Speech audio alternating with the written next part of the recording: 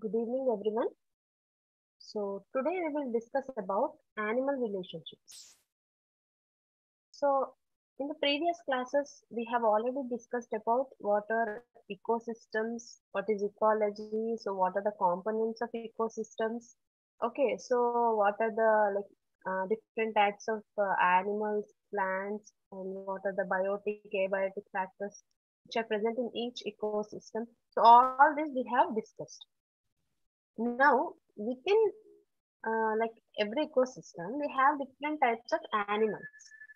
So each animal has to depend on some other animal or some other organisms, maybe it is plant, for their survival. So there is some association or relationship between two organisms. So now we will discuss about the relationship between the animals.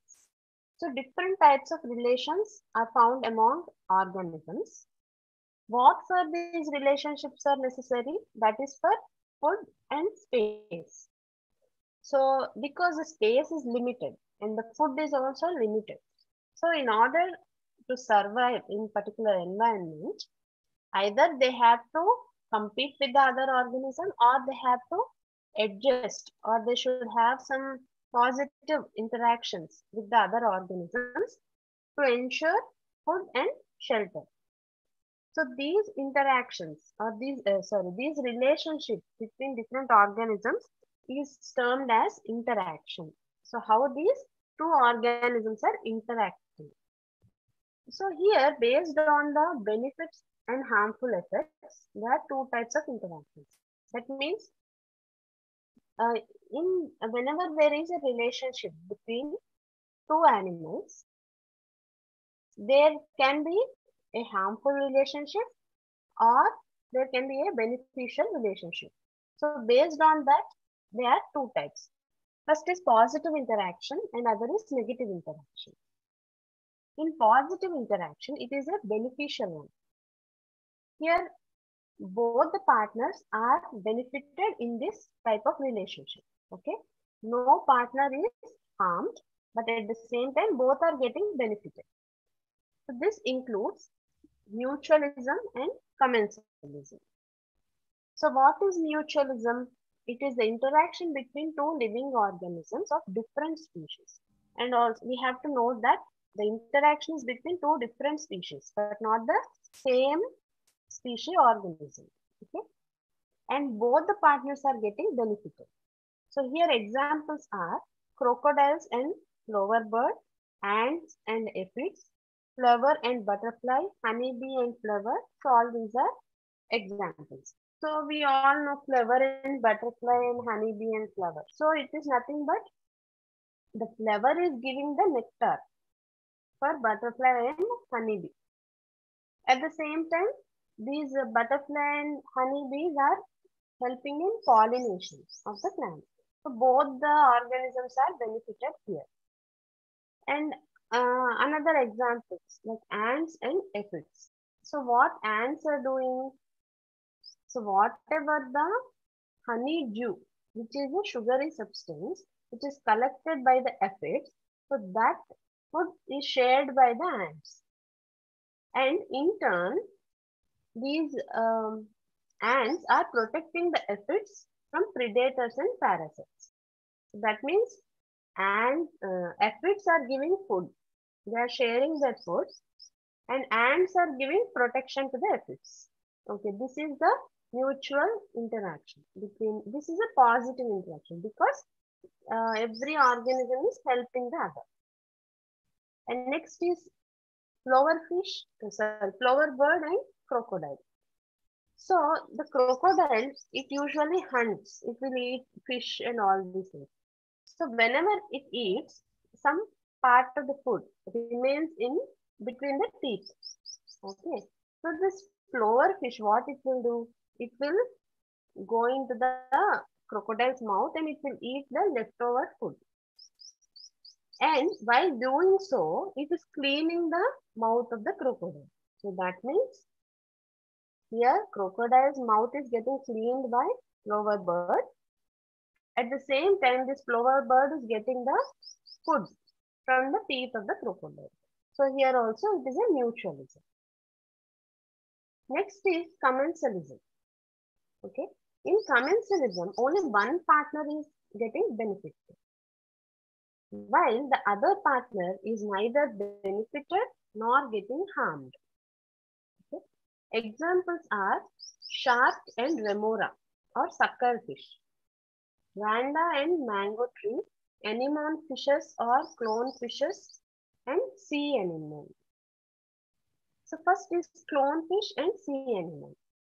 So sea anemone, it is a bigger organism where in between its tentacles, okay, these clownfishes are staying. They are taking their shelter in the tentacles of the sea anemone. So by taking the protection, by taking the shelter, they are protecting themselves from the predators. So that means here only clone fish is getting benefited, while sea anemone is neither benefited nor harmed. And next is shark and suckerfish. So the suckerfish are small fishes, okay?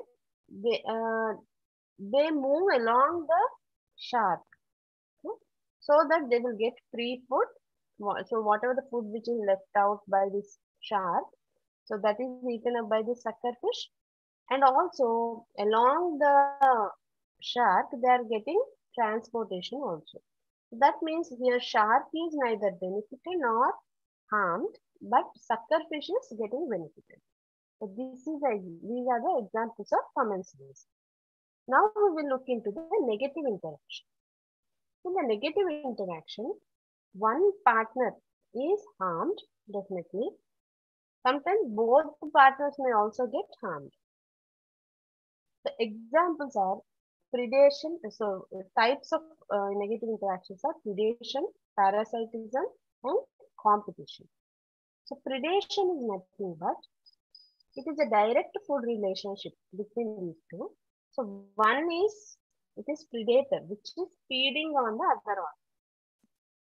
So here the partner which is feeding on other organism is called predator, and the other organism which is eaten up by the predator is called prey. So examples are tiger and bear, whale and small fishes, and humans and other organisms. So first we will look into tiger and bear. So here tiger is eating the bear. It is hunting and it is eating. The tiger here is predator and bear is the prey. Okay. Then whale and small fishes. So whale is a big fish which is eating the small fishes as food.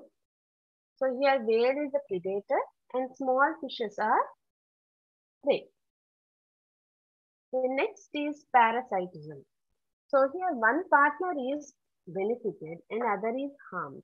So this type of relationship between animals is called as parasitism. So here the partner which is getting benefited is called parasite and the partner which is getting harmed is called host. Okay, so usually the parasite resides over or reside inside the host to get food and shelter from the host.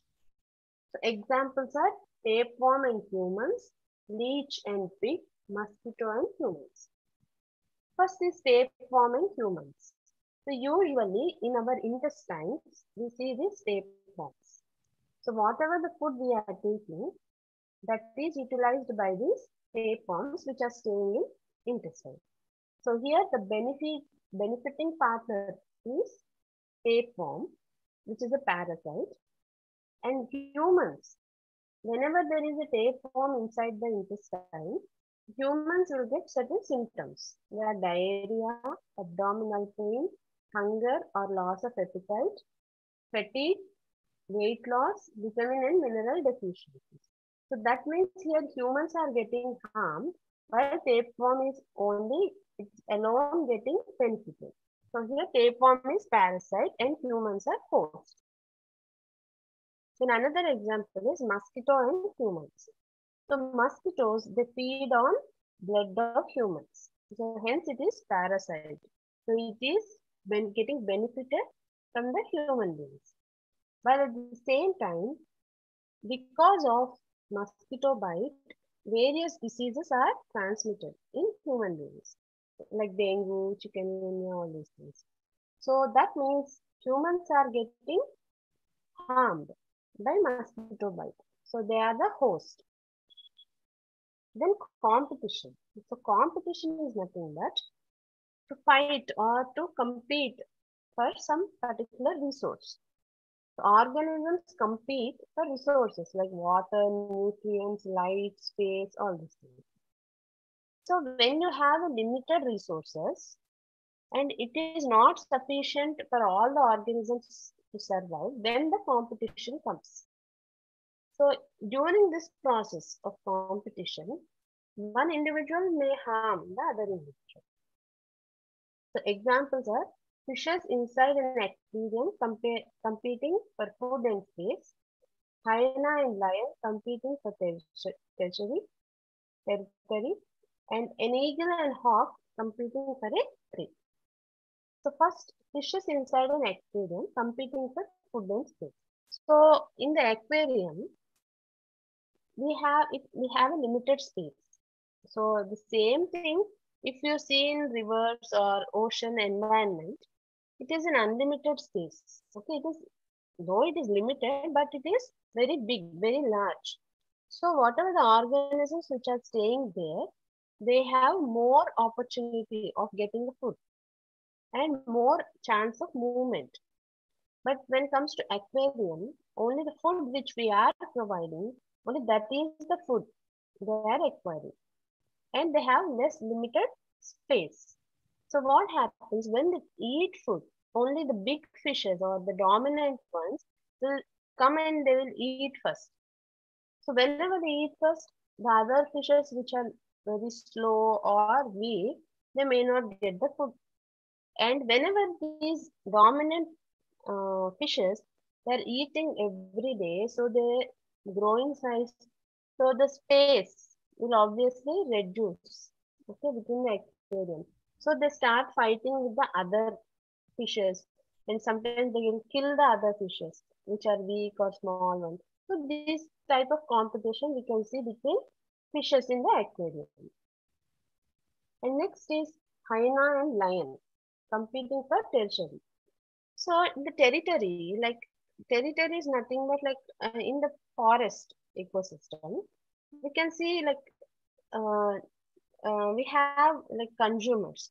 So each consumer is targeting certain animals, okay, for their food or for their prey. So here usually the dominant animals like hyena or lion, so they will usually compete for the food. Okay, so they want to like acquire the entire food in the forest. So they will make some territories. Okay, this area is mine and this area is yours, like that. Okay, whenever one enters the other area for food, they will usually compete with each other and they will start fighting. So whichever is weak, that cannot um, succeed, whereas the animals which are strong or dominant, they will succeed. Then eagle and hawk. So even they compete for their food or prey. So these are different types of interactions. We have lot many examples, but these are few. So why they have to interact with each other? So why don't each animal give their own individual life? Why there is a need for animal interaction? Because to maintain the ecological balance, these animal interactions play a vital role. And in the last classes, we have seen food chain and food web. So it's a complex interaction between different organisms. So for this interaction and for the energy flow, how this energy is flowing from one tropical level to another tropical level, for all these things, there need to be an either it is positive or negative. There should be some type of interaction between the organisms. Okay. So this is about the animal association. Now we will discuss about the next topic, that is succession. So succession in general terms, it is nothing but like it is passing on to the next generation. So that is nothing but the succession. So here the succession means when one thing is replaced by the other and the process is continued till a final stage is reached. So that means, so the organism, one thing means here usually the organisms, whether it is plants or animals, in a particular environment or particular place, if we see, we have some type of environment now. But that place is there since some millions of years. Okay, that place is already established. Okay, so there might have so many reactions or so many changes that might have undergone before millions or hundreds of years ago, so that now we are seeing a particular ecosystem in that particular area. Okay, is it clear? So that means whatever the ecosystem we are looking now or we are seeing now, so in the background, there might be lot of changes to establish that particular ecosystem. So what kind of changes uh, that have been made by the nature? Okay. So that is what is nothing but the succession. So the term succession was first given by Hull. He is a scientist. So how he identified this succession? He first saw a large number of pioneer plant communities which give way to comparatively small number of relatively stable communities. That means here it is not the number of plants or number of organisms. It is how stable they are. Okay? That is nothing but first whatever the initial organisms which are present in that particular ecosystem, they are called pioneer plants or pioneer animals. Okay, then the last scene, okay, last stable community which is there, that is called climax community. So what he observed is, he saw that suppose uh, hundreds of plants, some plant X, he saw that hundreds of plant X are present in particular area, but these hundreds of plant X were dominated by few, like maybe 10 or 20 plant Y. Okay, he has taken another plant. So very few number of plants also, they dominated these hundreds of plants and they started occupying the place. Okay, and they become stable. Now these plant Y starts occupying the entire area and they will form a new ecosystem. So that means that X is taken over by Y. Now Y are the successors. Okay, it is passed to the next generation. So what is this ecological succession means? It is a process of change in the species structure of an ecological community over time. That means if you take any ecosystem, it might have changed over time. So initially there might be some other animals or plants which used to live there. But some got extincted or some new species might have joined. So like that, after all these changes, finally, now we see some species. And this may also change even after some 1,000 years. Okay, this is a continuous process. So finally, the dominant ones which are surviving presently, they are called climax community. So according to, like, we know Darwin's theory, a struggle for existence and survival of the fittest. So those organisms or those species which are struggling continuously to um, survive, and only those species which are fit to survive in that particular environment, they can continue to survive in that particular place or ecosystem. So they are called the climax community. And the time scale can be decades or even millions of years. So that's what I'm telling. During this evolution process, the change may come within some 10 years or 100 years, or may come after some millions of years. So that depends. And sometimes the life may be completely extincted and again the new life may form. Okay, these are also, this is possible. Okay. Now, succession may be initiated by some disturbances like lava flow or severe landslide or a fire or severe wind throw. So that means we have an ecosystem which is well established, but there might be some accident, maybe due to volcanic eruption. So therefore the lava will flow there, or some severe landslide, or some earthquake, or a fire. So something may happen, and whatever the species which are present in that particular area, they will completely be extinct or they will wash away. And again, the new life will start. So that new life or new ecosystem may not be same as that of the previous one. Okay, so that will lead to the ecological succession. And the community begins with relatively few pioneering plants or animals and developing through interest is increasing complexity until it becomes stable and self-perpetuating as a climax community. That means every time the community will begin with very few pioneering plants. That means the initial ones, which starts at beginning, okay, they are called pioneer plants or animals. And after so many changes, so initial will be always simple, okay. But for example, there is some grass and some goats are coming to eat. So when you have only grass and goats, so you cannot, it is not a very complex one. You have a producer, you have a primary consumer. It is very simple thing. But what happens, suppose some tigers or lions are coming to eat this goat. And to eat these other animals, some other animals are coming. And some other plants are forming. So now what happens? The food chain will be somewhat complex because you have secondary consumers, tertiary consumers. It will form a food web.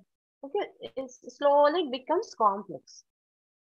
So finally, so after eating, after competing, after fighting, or after establishing all relationships, so after few hundreds or thousands of years after that, so we see a particular community which is now stable. Okay, it is settled. Now no more fighting or competition. It became a routine. So that particular community which is well established is called as climax community. Okay? Even that may change after some time, but that is the current community which is stable. Okay. So now we will look into some history of this ecological succession.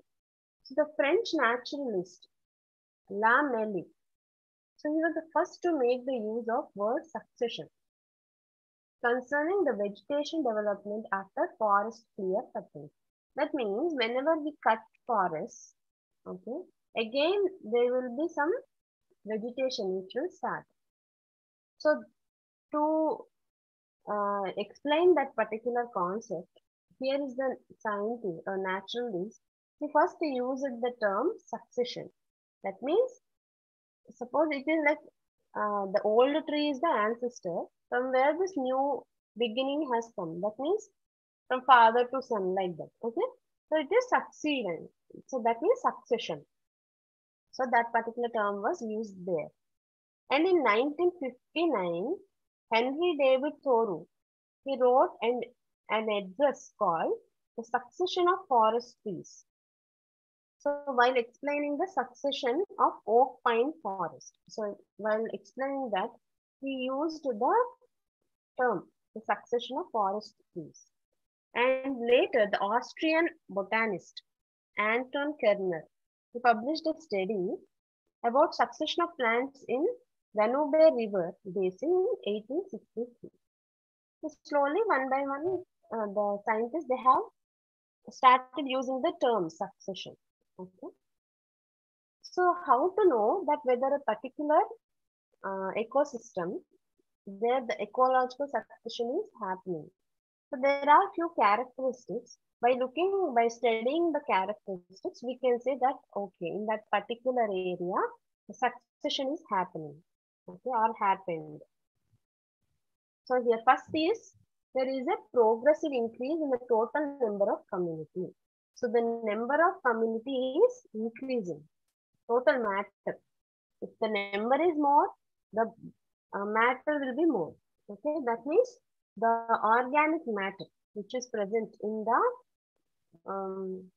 all the organisms. Okay, that together will increase whenever the number of species will increase. And nutrient conservation also will increase and the loss of nutrients will slow down. That means because as the number of species increases, the nutrients will be utilized by all these organisms. Therefore, the conservation will increase while the loss will decrease. Okay. And the number of trophic levels also increases. So in the last classes, we have discussed about what are trophic levels. So producers, primary consumers, secondary consumers, tertiary consumers, all these things. So during that, these levels will increase as the number of species will increase. So that's what I said. If you have only grass and goat, you have producers and primary consumers. But if you have more variety of animals, then you can see primary consumers, secondary consumers, tertiary, then decomposers. Like that, you can see not many tropical levels. And the population of decomposers also will increase.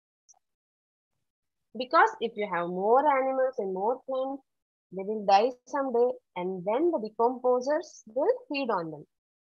So in that way, even the decomposer population also will increase. And it will be more diverse. Okay, so you can see variety will be more. Lot of species will be present and there will be balance. Okay, there is a kind of association between the animals and plants and other living organisms. It may be positive or negative interaction. And now the community is more heterogeneous. So homogeneous means only same type of species or organisms when they are present. That is homogeneous. Now this is heterogeneous. That means you have variety of organisms. Okay, that is heterogeneous. And simple food chains are replaced by complex food chains. That means, so now whatever I told, food chain, producer, primary consumer, secondary consumer, so this is a simple food chain. But you have when you have many tropical levels, you can see a complex food chain and food web also will become more complex when you have a lot of organisms. Now, what is the process of succession? So, how this succession takes place? So, already we have some places where the succession already took place. But we have still some sites where the succession is needed. In India, especially, we have some available places where the succession may happen. So one is alluvial deposits. So alluvial deposits are the places where you have more deposition of sand, gravel, in small stones, then silt, the very fine sand. So this will be usually nearby the flowing rivers and rivulets. Okay?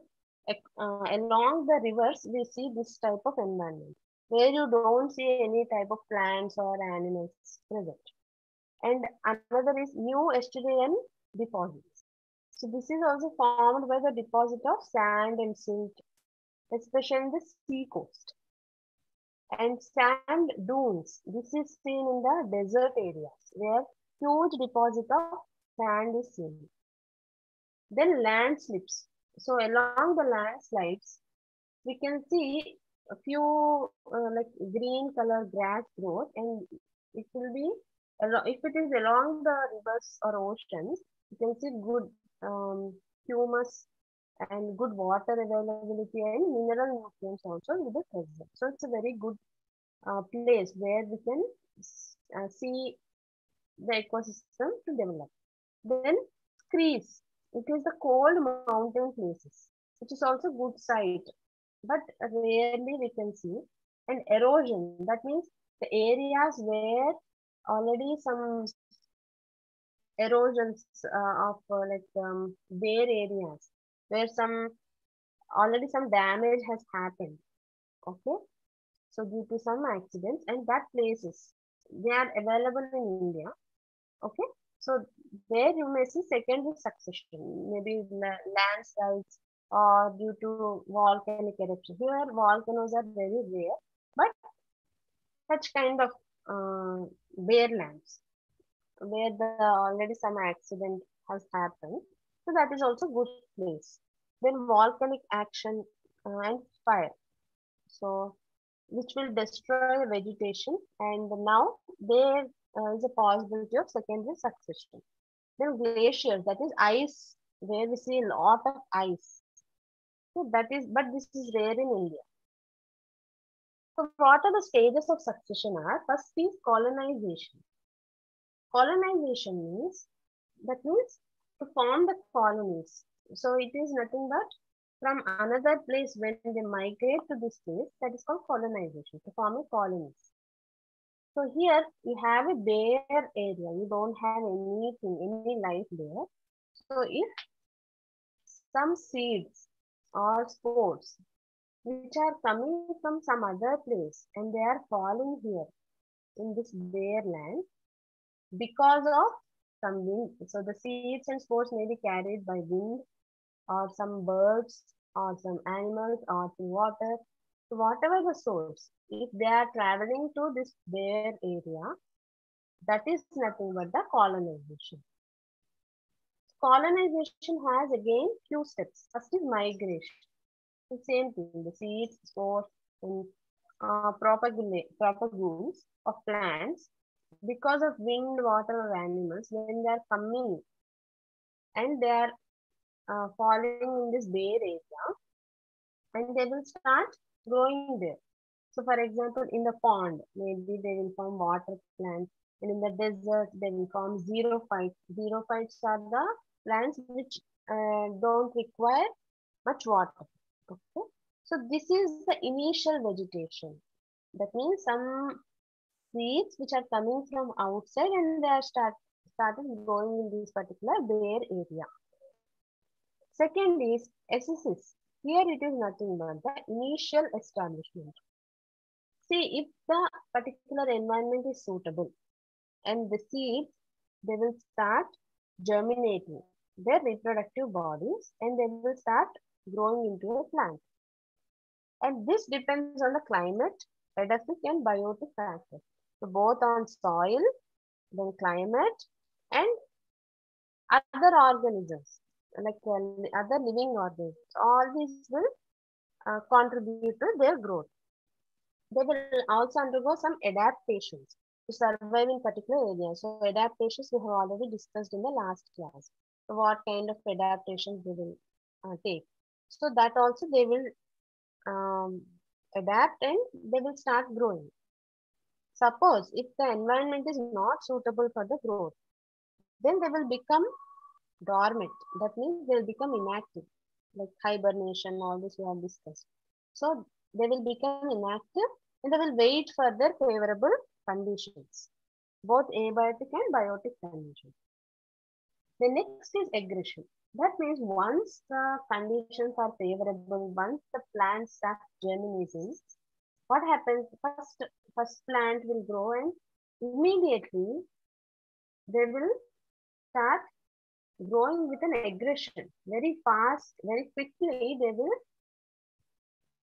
will start flowering, then fruits will form and they produce seeds, and seeds will again fall in other places and they will germinate. So in this way they will spread all over. And so finally the increase in number of species will be seen. So that is nothing but the aggression. The next is competition. So this is nothing but a struggle for existence between two or more individuals in a particular area. So that means as they're growing, they need excessive amounts of nutrients.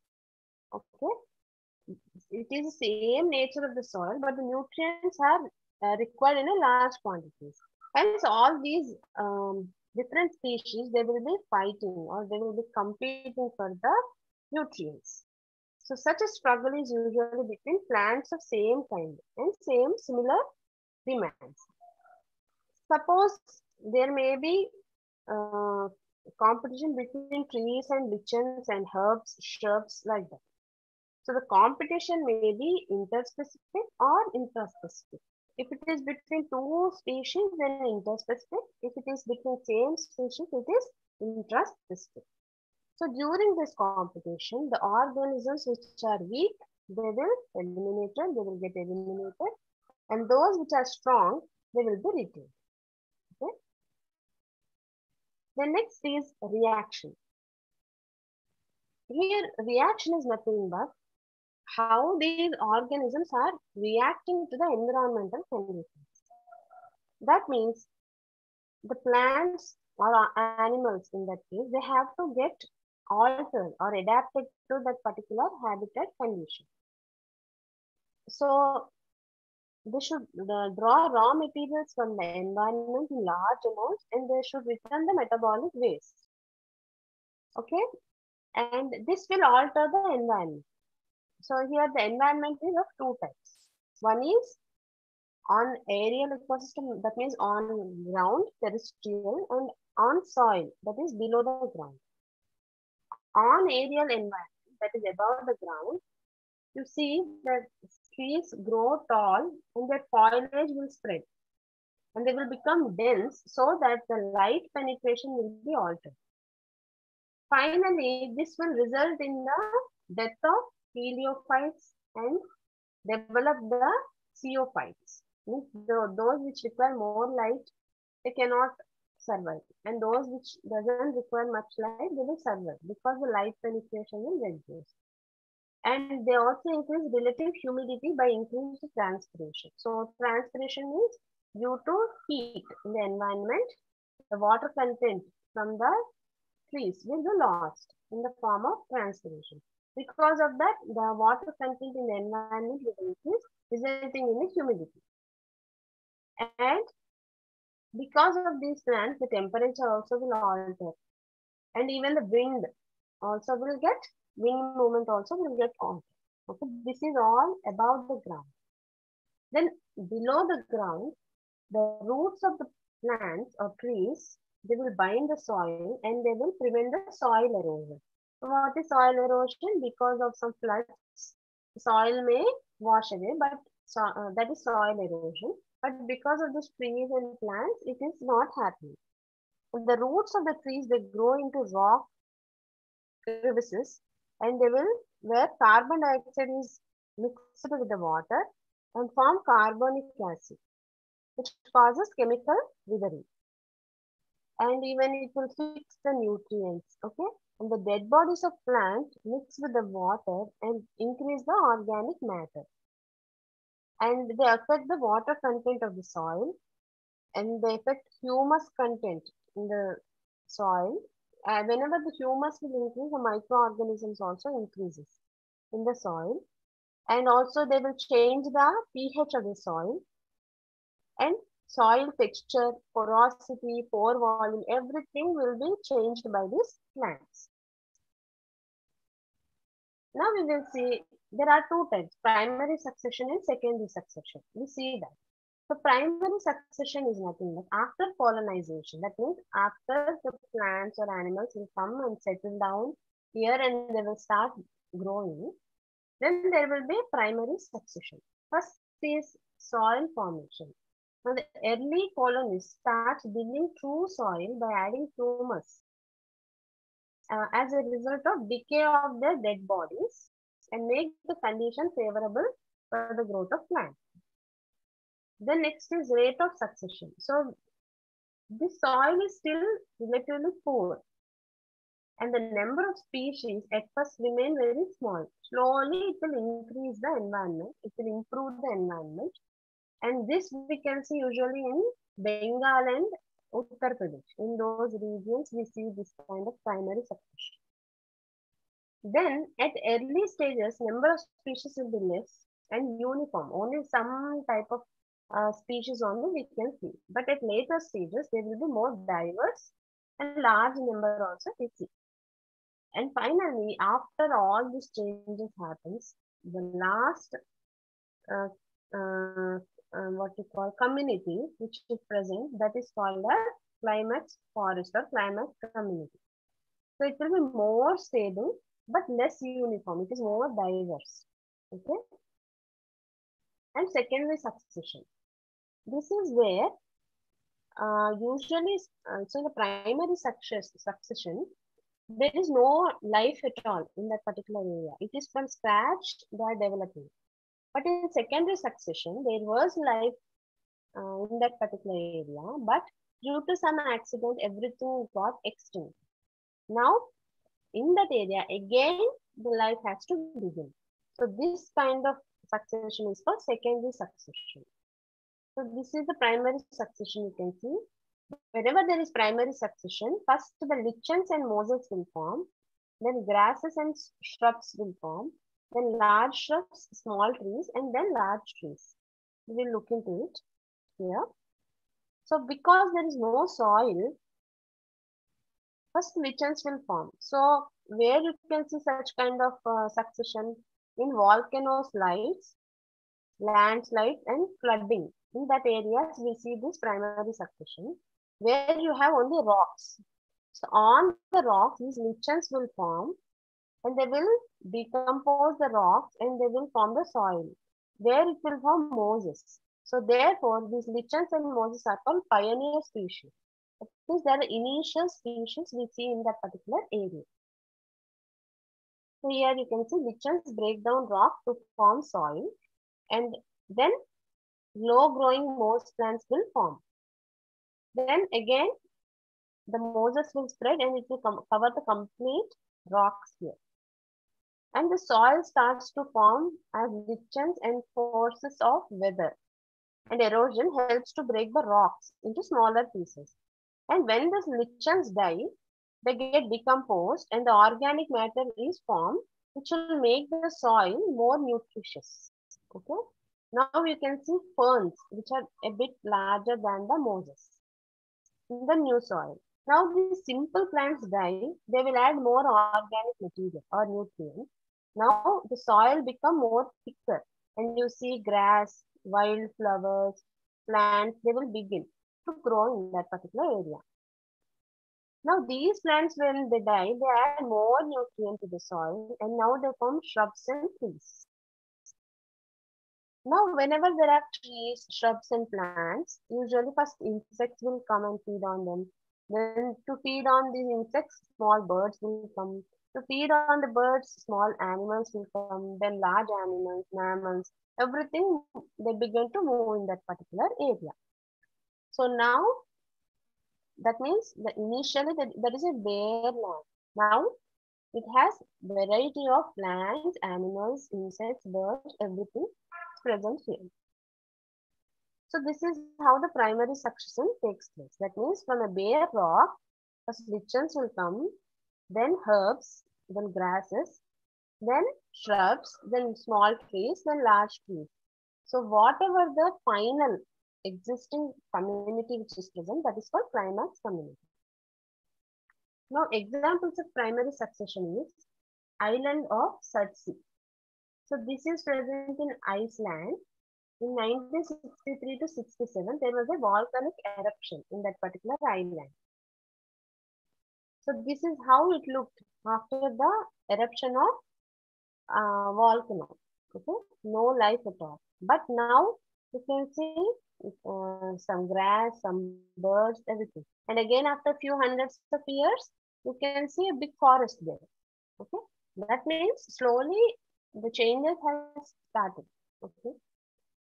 Then secondary succession. Secondary succession means where there was life, but due to some accident, it has extincted. Now again, freshly it will form. So here you can see forest fires are the best examples. So this is the secondary succession. Means already we have soil, everything. So the annual weeds will start growing after 1 year. Then annual and perennial weeds, then pine seedlings will form small plants, trees. Then after 150 years, you can see a forest. Okay. So the best example of secondary succession is in 1988, devastating forest fires at Yellowstone National Park. So this is the largest wildfire in the record history of Yellowstone National Park in United States. Here, how it started, there was a small individual fires, and the flames they spread all over the thing because of wind, and it became one large fire, and completely it damaged the national park. So around 7,93,880 acres of park was affected by this wildfire. So this is how it was there when there was a fire. So everything, there is no life. Only means trees are there, but no leaves, no other species, animals, nothing was there. But after 1 year, you can see again greenery. Okay, weeds started appearing. After 10 years, you can see small plants. After 20 years, now you can see big trees also. So that means again after some more time, now maybe it is in the last picture was in 2008. So by now, again there will be a lot more like improvement in the development. Okay. So this is the second succession. So what is the difference between this primary and secondary succession? It is nothing but the primary succession. There is no life at all. So from scratch it has to start, and no soil. It is a new area, and first lichens and mosses will come, and the biomass which is present is very low. But in secondary succession, it is that's what like already life was there, but it was removed. So the soil is already present, and the seeds, roots may also they might be present there, and the biomass is high. So there are some factors which will be affecting this ecological succession. They are biotic and abiotic factors. Abiotic factors are topography. That means the landslides or mudslides are the examples of this type of factors. So they will help in the development of landscape. Okay? And the soil. So the pH type and moisture in the soil also affect the area. And climate, rainfall, temperature, wind, all these also are important for ecological succession. Then biotic factors. So biotic means those which are having life. So the species interaction and competition. Like how this pioneer species, means the initial species, how they are competing, how they are interacting. So that will tell the fate of the ecological succession. So after all these things, so whatever the climax community which is formed, so what are the characteristics? How this climax community looks like? That means the vegetation is tolerant of environmental conditions. So because of all these changes that have happened, finally the organisms which are growing in that particular area, they are adapted to that particular environment. And it has a wide diversity of species and complex footprint. You can see a lot of diversity in the species. Not a single type of plant or animal you will see, but you will see a lot of species of plants and animals. And the food chains also will be very complex. And individuals are of this stage are replaced by others of the same kind. You don't see another species which is coming, but the same thing will be replaced. One tree is there, if that die, another same kind of tree will be grown in that particular area. So this is for maintaining the equilibrium or balance. It is an index of the climate of the area, and the life or growth forms indicative of the climatic. So that means the growth of each species will this will affect the climate, and climate affects this growth of the species. So it is a interplay. Okay. So this will define the climate type of climate in that particular ecosystem. So this is about the ecological succession. So if you have any doubts, you can ask. No, ma'am. Okay. Okay, then in the next class we will discuss another topic. Okay, Thank ma'am. you. Thank you, ma'am. Thank you.